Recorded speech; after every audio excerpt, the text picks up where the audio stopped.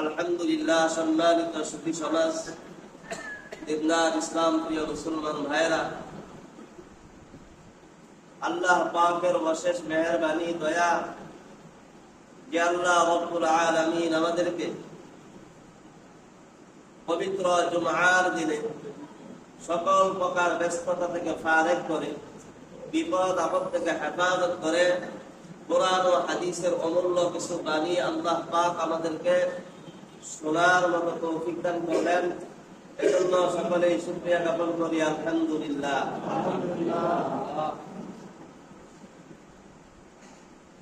নিয়ামতের শুকরিয়া বান্দাকে সর্বদা করতেই হবে, যতদিন না বান্দা দুনিয়া থেকে না যায়। যতদিন বান্দা দুনিয়াতে থাকবে ততদিন বান্দা আল্লাহ পাকের শুকরিয়া আদায় করতে হবে, কারণ বান্দা নুন খায় যার, গুণ গাইতে হবে তার। এমন একটা মুহূর্ত নাই যে মুহূর্ত আমরা আল্লাহ পাকের নিয়ামত থেকে বঞ্চিত।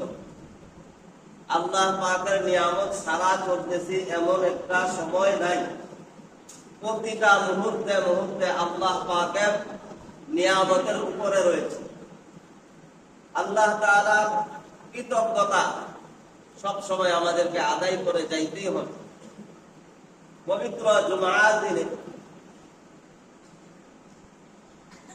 জুমআর দিনে মুসলমানের জন্য আরো বেশি শুকরিয়া আদায় করা দরকার। কিছু মানুষ রয়েছে যারা 5 ওয়াক্ত নামাজ আদায় করে না। 5 ওয়াক্ত নামাজ আদায় করে না, কয়েক ওয়াক্ত পরে, যখন যা সুযোগ পায় তখন তা করে। কোনদিন 2 ওয়াক্ত, কোনদিন 3 ওয়াক্ত, কোনদিন 5 ওয়াক্ত নামাজ পড়ে, আবার দেখা যায় কোনদিন 1 ওয়াক্ত নামাজ পড়ে। এক শ্রেণীর মানুষ এমন রয়েছে। আবার এক শ্রেণীর মানুষ এমন রয়েছে যারা সপ্তাহে 1 ওয়াক্ত পড়ে। সপ্তাহে কয় ওয়াক্ত? আপনারা বলেন তো, সপ্তাহে কয় ওয়াক্ত নামাজ? সপ্তাহে কয় ওয়াক্ত নামাজ? 1 ওয়াক্ত। কথা বলেন না কেন? সপ্তাহে কয় ওয়াক্ত? প্রতিদিন 5 ওয়াক্ত। প্রতিদিন 5 ওয়াক্ত। তো অনেক এমন মুসল্লি রয়েছে, এমন অনেক মুসলমান রয়েছে যারা সপ্তাহে 1 ওয়াক্ত পড়ে। আমরা প্রতিদিন পড়ি 5 ওয়াক্ত, আবার অনেককে দেখা যায় সপ্তাহে পরে 1 ওয়াক্ত। তারপরেও আরো কথা রয়ে গেছে, শুধু 1 ওয়াক্ত না, যারা সপ্তাহে 1 ওয়াক্ত পড়ে এবং 1 ওয়াক্ত পরে নামাজ পড়ে, আমি তাদেরকে বলি প্রাইভেট মুসল্লি। কি মুসল্লি বলেন? প্রাইভেট মুসল্লি। কারণ তারা সপ্তাহে একদিন জুমআর নামাজে আসে, তারপরেও আসে যে কখন আসে? জুমআর নামাজের খুতবা শেষ হয়ে যায়।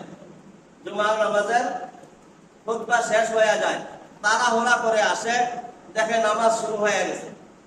তো আসে, নামাজে শরীক হয়, সালাম ফিরাইতে ফিরাইতে দোয়া করলো কি করলো না, বাইরে হয়ে গেল। বাইরে গিয়া তাড়াহুড়া করে জুতা নিজের জোড়া না নিয়ে আরেক জোড়া নিয়ে চলে যায়। কথা বলেন, এরকম প্রাইভেট মুসল্লি আছে না নাই? নিজের জুতা না নিয়ে আরেকজনের জুতা নিয়ে চলে যায়। এমন মুসল্লি আছে কিনা? এমন মুসল্লি পাওয়া যায়, বলে সারা জীবন নামাজ পড়ে নাই। হ্যাঁ, আশরাফ আলী থানভী রাহমাতুল্লাহি আলাইহি ওনার মাহফুজাতের কথাটা নিয়ে আসছে যে এক লোক, সে নামাজ আদায় করতো না, নতুন বিয়ে করছে, শ্বশুর বাড়িতে গেছে।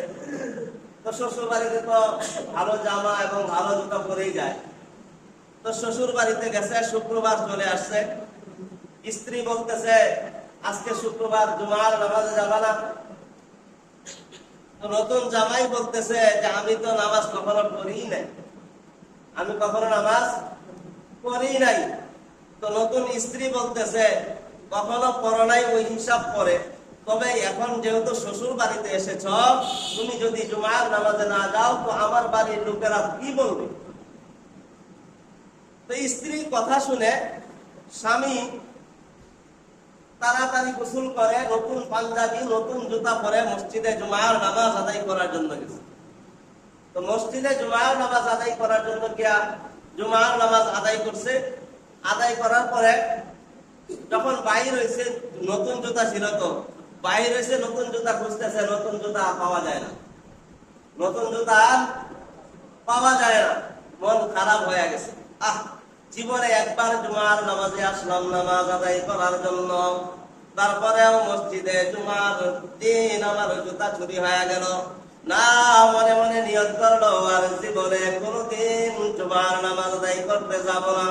এমনি তো নামাজ পড়তেছিলাম না, এটাই ভালো ছিল। আর যখন ওই নামাজে আসছি, আসা মাত্র জুমার দিন মসজিদ থেকে আমার জুতাগুলা চুরি হয়ে গেছে। মন খারাপ হয়ে গেছে, মন খারাপ হয়ে বাড়ি চলে গেছে। এমন কিছু মানুষ আবার রয়েছে যারা জুমার দিনে জুমার নামাজের দিকে জুমার নামাজ চলতেছে, ইমাম সাহেব বলেন, মুসল্লিরা নামাজের মধ্যে বলেন সুবহান রাব্বিয়াল আলা, সুবহান রাব্বিয়াল আলা। আবার এক ধরনের মুসল্লি আছে যারা বাইরে থেকে কয় জুতা কোন জোড়া বেশি ভালো। কথা বলেন, জুতা কোন জোড়া বেশি ভালো। আবার ইমাম সাহেব বলেন সুবহান রাব্বিয়াল আলা। বাইরে থেকে মুসল্লি কয় জুতা পালা জোড়া নিয়া তাড়াতাড়ি পালা। আছে না নাই? আছে না নাই? এরকম আমাদের মসজিদে এমন হয়, প্রায় মসজিদে এমন হয়। এরা কোনো মুসল্লি না, যারা জুতা চুরি করে মসজিদে, মসজিদে তো কোনো হিন্দু আসে না, মসজিদে কোনো ইহুদি আসে না, কোনো খ্রিস্টান আসে না, কোনো নাসারা আসে না, বৌদ্ধ আসে না। তাহলে মসজিদ থেকে কেন জুতা চুরি হয়? এটা মুসলমানের জন্য সবচেয়ে বেশি বেইজ্জতির কারণ, লজ্জিতর কারণ, সবচেয়ে বেশি দুর্ভাগ্যর কারণ। কথা বলেন ঠিক কিনা? মসজিদ থেকে জুতা চুরি কেন হবে? মসজিদে যারা আসে এরা কি জুতা চুরি করতে আসে? বর্তমানে শুধু মসজিদ থেকে জুতা চুরি হয় না, মসজিদ থেকে সাইকেলও চুরি হয়, মোটর সাইকেলও চুরি হয়। দেখবেন মসজিদ থেকে বিভিন্ন জিনিস চুরি হয়ে যায়, হয় কিনা? তো আমরা যারা এখনো প্রাইভেট মুসল্লি আছি, আমাদের এখানে নাই, হয়তো অন্য জায়গায় আছে, প্রাইভেট মুসল্লি যারা শুধু প্রতি শুক্রবারে আসি প্রাইভেট মুসল্লি হিসাবে নামাজ আদায় করতে, আমরা প্রাইভেট মুসল্লির খাতা থেকে নাম কাইটা দেই আর 5 ওয়াক্ত নামাজের খাতায় আমার নামটা লিখে দেই। কি বলেন, দরকার আছে কিনা? অতি শীঘ্রই আমাদের চক্ষুগুলা বন্ধ হয়ে যাবে। এজন্য কবি বলেন ফাসাউফা তারা ইদান কাশাফাল গুবারু, ফাসাউফা তারা ইদান কাশাফাল গুবারু, আফারসুন তাহতা রিজলিকা আল হিমারু। হে দুনিয়ার মানুষ, অতি শীঘ্রই তোমার চোখ থেকে রঙিন চশমাটা সরে যাবে। তোমার চোখে আজকে রঙিন চশমা পরানো হয়েছে, যার কারণে তোমার কাছে দুনিয়ার সবকিছু রঙিন মনে হইতেছে।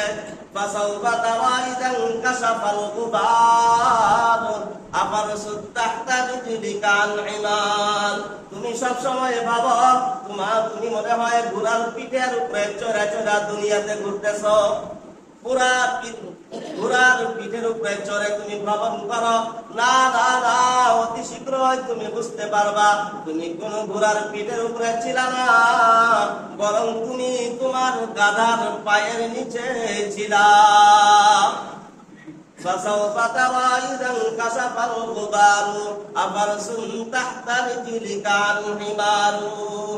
এজন্যই তো কবিরা বলেন কত গেল কত এলো কেউ তো ফিরে এলো না, কত গেল কত এলো কেউ তো ফিরে এলো না, কেউ তো কারো বলে যাবার সময়টুকু পেল না। কি বলেন, বলে যাওয়ার সময় পাওয়া যাবে? কথা বলেন, বলে যাওয়ার সময় পাওয়া যাবে যে আমি আমার স্ত্রীকে বলে যাব এটা এটা, আমি আমার সন্তানকে বলে যাব এটা এটা। কাউকে বলে যাওয়ার সময় হবে না, সময় পাওয়া যাবে না। এজন্য সতর্ক হয়ে যায়। এখনো সময় রয়েছে। আল্লাহ পাক এখনো আমাদের হায়াত রেখেছেন, আমরা এখনো জীবিত আছি। এজন্য সতর্ক হই। জীবনের বহু সময়গুলো আমি হেলায় কাটাইয়া দিলাম। আমাকে আল্লাহ তাআলা এখনো সুযোগ দিয়েছেন। প্রতিদিন শোনা যায় কত মানুষ রাস্তায় অ্যাক্সিডেন্ট হয়ে মারা যায়। প্রতিদিন শোনা যায় কত মানুষ ঘরে মারা যায়, প্রতিদিন শোনা যায় সুস্থ মানুষ মারা যাইতেছে। অসুস্থ মানুষ মারা যায় তো আমরা জানি, সুস্থ একেবারে সুস্থ সবল মরার মতো কোনো লক্ষণই নাই, তারপরেও শোনা যায় যে অমুক ব্যক্তি মারা গেছে। যায় কিনা কথা বলেন? এই জন্য সময় এখনো রয়েছে। প্রাইভেট মুসল্লি হওয়া থেকে আমরা নিজেদেরকে বঞ্চিত করি যে না আর প্রাইভেট মুসল্লি হব না, এখন থেকে 5 ওয়াক্ত মুসল্লি হব, যেই জায়গায় থাকবো না কেন সেই জায়গায় আমি নামাজ আদায় করব। বলে সারা পৃথিবীটা আল্লাহ তাআলা আমাদের জন্য মুসল্লা বানায় দিয়েছে, নামাজ আদায় করে নাও, যেই জায়গায় খুশি ওই জায়গায় তুমি নামাজ আদায় করো। এমন কোনো মাসআলা নাই যে কান্দরে নামাজ পড়লে, জমিনের মধ্যে নামাজ পড়লে আমার নামাজ হবে না। কি বলেন, আছে নাকি এমন মাসআলা? যে ধান কাটতে হতো, ধান কাটতেছি, ওই জায়গায় নামাজ আদায় করলে কি আর নামাজ হবে? সময় রয়েছে, সময় আল্লাহ তাআলা আমাদেরকে দান করেছেন। আল্লাহ তাআলা সময় দান করেছেন। এই সময়ের যদি মূল্যায়ন করি, এই সময় আমাকে মূল্যায়ন করবে। আমি সময়ের দাম দিব, সময় আমাকে দামি বানায়া দিবে। আমি যদি সময়কে দামটা দেই, সময় আমাকে দামি বানাবে না। দুনিয়াতেও সময় আমাকে বেইজ্জতি করবে, মরার পরেও সময় আমাকে বেইজ্জতি করবে। এই জন্য আমি বলবো, দিনদার মুসলমান ভাই ও বন্ধুগণ, আসেন আল্লাহ পাকের যে দেওয়া সময়, অমূল্য রত্ন সময়টুকু আমি আপনি কাজে লাগাই। যদি কাজে লাগাই তো আপনার আমার দুনিয়ার জীবনটাও রঙিন হয়ে যাবে, আখিরাতের জীবনটাও রঙিন হয়ে যাবে। কবরে যাব তো কোনো ভয় থাকবে না, পেরেশানি থাকবে না। আর যদি সময়কে হেলায় খেলায় করে কাটায় দেই, বলে হুজুর ধানের সিজন কাজের সময়, এখন কি আর 5 ওয়াক্ত নামাজ পড়ার আসেনি সময়? হ্যাঁ, ধান কাটার সময় হুজুর 5 ওয়াক্ত নামাজ কি আর এখন পড়া যায়? গত 1 সপ্তাহ থেকে দেখা যায় মসজিদে মুসল্লি কমে গেছে। মসজিদে মুসল্লি কমে যায়। কেন মুসল্লি কমে যায়? আজকে মুসলমানের ইমানের পাওয়ার কমে যাওয়ার কারণে কাজের ব্যস্ততা বেশি হইলে, একটু বিপদ হইলে দেখা যায় মসজিদে মুসল্লি নাই, নামাজের খবর নাই। কথা বলেন ঠিক কিনা? এমন মুসল্লি দিয়া, এমন মুসলমান দিয়া সারা বিশ্বে ইসলাম কায়েম হবে নি? কথা বলেন, সারা বিশ্বে ইসলাম কায়েম হবে? সারা বিশ্ব তো দূরের কথা, আমার ঘরেই ইসলাম কায়েম হবে না। কথা বলেন, যখন বিপদ পড়ে, খুব বেশি বিপদ, কোনো রাস্তা নাই, তখন মসজিদে আইসা শুধু কান্না করে, আল্লাহ তুমি ছাড়া আমার আর কেউ নাই। আর যখন বিপদ থেকে উঠে যায় তখন বলে, ওই কাজটা যদি আমি না করতাম, এই বিপদ থেকে আমি উঠতে পারতাম না। এমন কিনা বলেন? সতর্ক হয়ে যান, সময় এখনো রয়েছে। অবহেলা করা যাবে না নামাজকে নিয়ে। কাজকে পিছনে রাখেন, আপনি নামাজকে আগে রাখেন, তো আপনার কাজের মধ্যে বরকত দিয়ে দিবে আল্লাহ। আর নিজের যে আল্লাহ তাআলা জমিন থেকে যে ফসল দিয়েছে, এই ফসলের হক আদায় করেন। আপনি উসর দেন, আপনি খেরাজ দেন, আপনি যাকাত দেন, আপনি মসজিদ আছে, মসজিদের মধ্যে দান খয়রাত করেন। এটা আল্লাহ পাকের সন্তুষ্টির উদ্দেশ্যে দান করবেন। ইতিমদেরকে দিবেন, বিধবাদেরকে দিবেন, মিসকিনদেরকে দিবেন। সবার হক রয়েছে, সবার যেহেতু হক রয়েছে সবাইকে দিবেন। আল্লাহ তাআলা আপনাকে দুনিয়াতেও সুখী বানাবে, আখিরাতেও সুখী বানাবে। সবচেয়ে আশ্চর্যের খবর, একজন বলতেছে, হুজুর আমার জমিনে 4 মণ 35 কেজি ধান হয়েছে, তার মধ্যে থেকে 20 কেজি ধান আমি মসজিদে আল্লাহর রাস্তায় দান করেছি। মসজিদে আল্লাহর রাস্তায় কয় কেজি দান করছে? 20 কেজি। ধানই হয়েছে কতগুলা? 4 মণ 35 কেজি। ওনার হিসাবে দরকার নাই, উনি 4 মণ 35 কেজি থেকে যদি 10 কেজি দিত, এই 10 কেজি হিসাবে যদি হিসাব করা হয়, তাহলে আমাদের মসজিদে কত ধান হবে বলেন? কত ধান হবে? আমাদের ঘরে জায়গা দিবে না। আল্লাহ তাআলার উদ্দেশ্যে, আল্লাহকে রাজি খুশি করার উদ্দেশ্যে সবকিছু করেন না। রাসূল কারীম সাল্লাল্লাহু আলাইহি ওয়াসাল্লাম থেকে একটি হাদিস রয়েছে, হাদিসটা বলে আজকের আলোচনা শেষ করে দিব। রাসূল কারীম সাল্লাল্লাহু আলাইহি ওয়াসাল্লাম বলেন যে একদিন উম্মে সালমা রাদিয়াল্লাহু তাআলা আনহার কাছে কয়েক টুকরা গোশত এসেছে। কয়েক টুকরা গোশত এসেছে। উম্মে সালমা রাদিয়াল্লাহু তাআলা আনহা খাদেমাকে ডাক দিয়া বলেন, ও ও খাদেমা, গোশতটা ওই তাকের উপরে রেখে দাও। মনে হয় বিশ্ব নবী এই গোশতটাকে ভক্ষণ করবে, কারণ নবীর কাছে গোশত সবচেয়ে বেশি প্রিয় ছিল। আপনাদের কাছে গোশত কি প্রিয় না? নবীজি গোশতকে বেশি পছন্দ করেন। রেখে দাও তাকের উপরে। সম্ভবত বিশ্ব নবী গোশত ভক্ষণ করবেন, কারণ নবীর কাছে সবচেয়ে প্রিয় হইল গোশত। ফাতেমা গোশতটা নিয়ে তাকের উপরে রেখে দেয়। এমন সময় বাহিরে একজন সায়েল ভিক্ষুক এসে আওয়াজ দেয়, কে আছো গো ঘরের মাঝে, কে আছো? আল্লাহর রাস্তায় কিছু দান করো, আল্লাহ তোমাদেরকে বরকত দান করবে। আল্লাহর রাস্তায় কিছু দান করো, আল্লাহ তোমাদেরকে বরকত দান করবে। উম্মে সালমা রাদিয়াল্লাহু তাআলা আনহা ঘরের ভিতর থেকে আওয়াজ দেয়, আল্লাহ তাআলা তোমাকেও বরকত দান করুক। কি উত্তর দিছে? আল্লাহ তাআলা তোমাকেও বরকত দান করুক। ফকিরে দোয়া করছে, আল্লাহ তোমাদেরকে বরকত দান করুক, তোমাদেরকে বরকত দিবে। আর উম্মে সালমা ঘর থেকে উত্তর দিলেন, আল্লাহ তোমাকে বরকত দান করুক। এই কথার অর্থ কি? এই কথার উদ্দেশ্য হইল, তোমাকে দেওয়ার মতো কিছু নাই, যা রয়েছে অল্প কষ্ট, এটা নবীর জন্য রেখেছি। যা রয়েছে এটা কার জন্য রেখেছি? নবীর জন্য রেখেছি। তুমি চলে যাও, দেওয়ার মতো কিছু নাই। সায়াল যখন জবাব পাইলেন, সায়াল ভিক্ষুক ঘরের বাইরে থেকে চলে গেল, অনেক দূরে চলে যায়। কিছুক্ষণ পর বিশ্ব নবী মুহাম্মদুর রাসূলুল্লাহ সাল্লাল্লাহু আলাইহি ওয়াসাল্লাম ঘরের মধ্যে তাশরিফ আনেন। ঘরে ঢুকেই বিশ্ব নবী সালমাকে বলেন, ও সালমা, ও সালমা, খাবারের মতো কোন জিনিস আছে নাকি? অনেক ক্ষুধা লেগেছে, যদি কোনো খাবার থাকে আমার সামনে পেশ করো। সালমা রাদিয়াল্লাহু তাআলা আনহা খাদেমাকে ডাক দিয়া বলেন, ও খাদেমা, যাও তাক থেকে গোশতটা নিয়ে আসো। খাদেমা তাকের মধ্যে গোশত আনতে যায়। তাকের মধ্যে গিয়া দেখে গোশত তো নাই, একটা সাদা পাথরের টুকরা হয়ে আছে।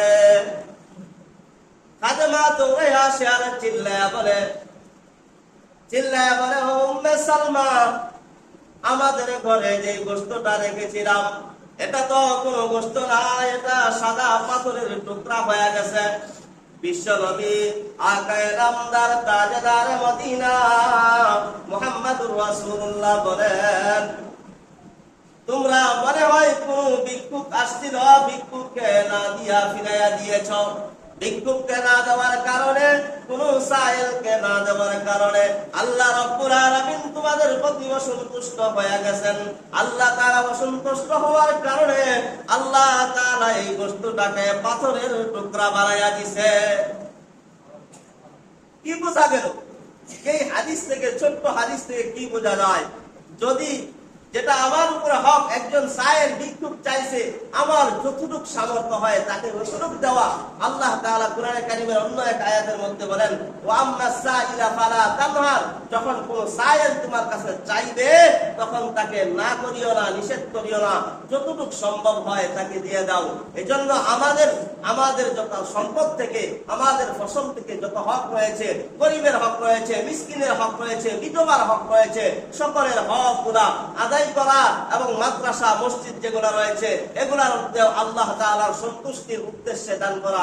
আমরা সকলেই দান করবো তো ইনশাআল্লাহ।